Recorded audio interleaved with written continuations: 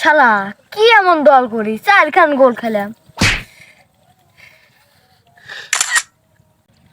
মানুষও ঠিক হয়, বাপ দাদার গল্পের মতন। আমার দাদা ও ছিল ও আছিল, আমাদের বাদিল সাপোর্টার দেও আছে পুকটি ভরা গল্প। আমরা করছি করছি 5টা লিছি 10টা লিছি, কিন্তু একটা ম্যাচও দেখতে পেলাম না।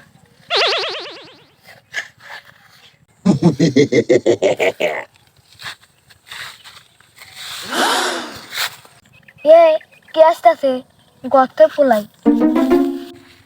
বাচ্চা ধন ও মোনা, দাঁড়াও দাঁড়াও, গর্তে ঢুকে লাভ নাই। এই দেখো অলরেডি 3টা স্টার হয়ে গেছে, কিন্তু জার্সি তো আগে কিনে ঠুকে গেছি।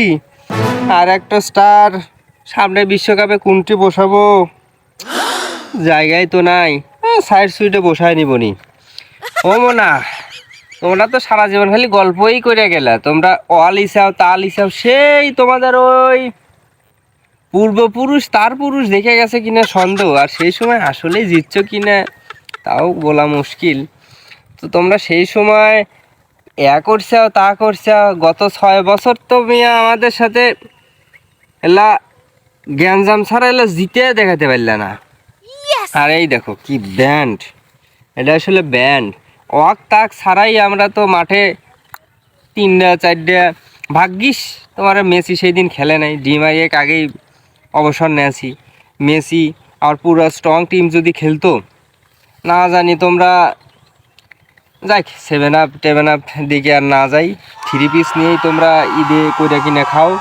3 পিস আরও লাগলে কয়েও, আমরা আর্জেন্টিনা সাপোর্টাররা তোমাদের 3 পিসের ব্যবস্থা করে দেবো।